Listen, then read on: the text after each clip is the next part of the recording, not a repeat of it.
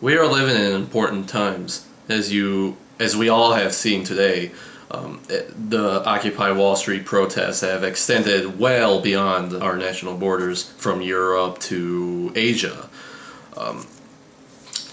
But even in my own community, even in my own community, well, not in this particular city, but in one like 5 miles away, we've experienced protests in Valparaiso, Indiana. The people were really friendly. Someone was giving out free apples. Someone else bought hot dogs from the food stand that was right there. Me and a friend were handing out free DVDs, and a lot of people really were interested into what we had to offer. And we had support from commuters that were going to and from work or school or wherever they were coming from, honking and just waving their hands out the windows. It was really fun. We even had a Krispy Kreme donut truck, semi truck, that was honking his horn at us, and oh, it was so fun. But I want to get into the bulk of what this movement is for.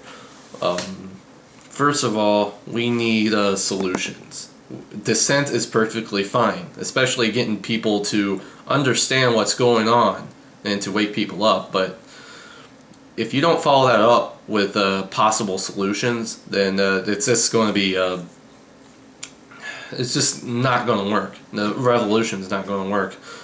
But no matter what you advocate, it's perfectly fine as long as you have logical, sound solutions into the problems that we face. But the problem is, many of the solutions offered by most of the people aren't really that sound.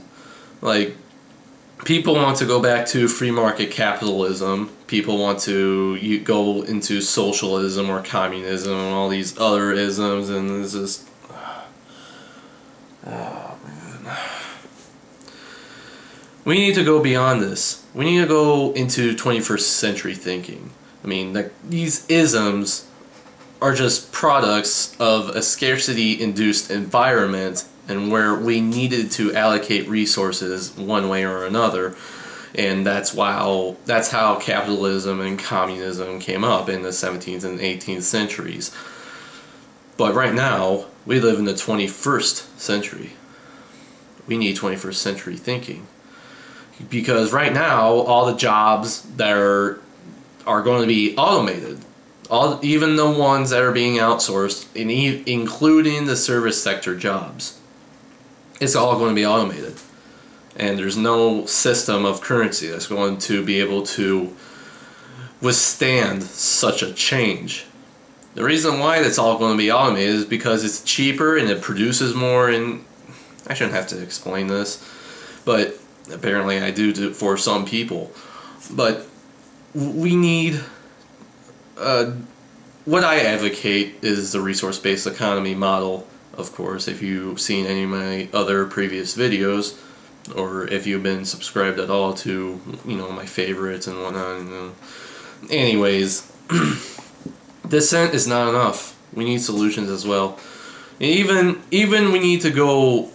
You even need to go local to your own solutions and to your own personal changes. Not just you people out on protesting on Wall Street or any of the major cities, but even those who are stuck in their own little towns and whatnot, who really have nothing going on. Get to know your farmers, your engineers. Get to know people of professions, because they're going to make a huge difference. And this also includes the police departments and the military. Why? Because if they are on your side, it's going to help you a shit ton more. And if they're against you, then it's only going to impede you all the more. You have to get them on your side. You have to understand where these people are coming from if you want to get them on your side. You have to understand, hey, these people aren't evil. These are products of their environment. And that's what they really are. They're victims. They're worse than excuse me. They are worse victims than us. Because whatever environment that they were growing up to caused them to make such decisions without throwing any moral questioning into it, from running over protesters with their horses or their motorcycles, or whether it be pepper spraying people, or that's a sick environment to grow up into, allowing them to make such decisions. And I'm going to link below a blog talk show about why we need the military on our side, because they're worse victims than the police, of course, you know, having to experience war and trauma and all that.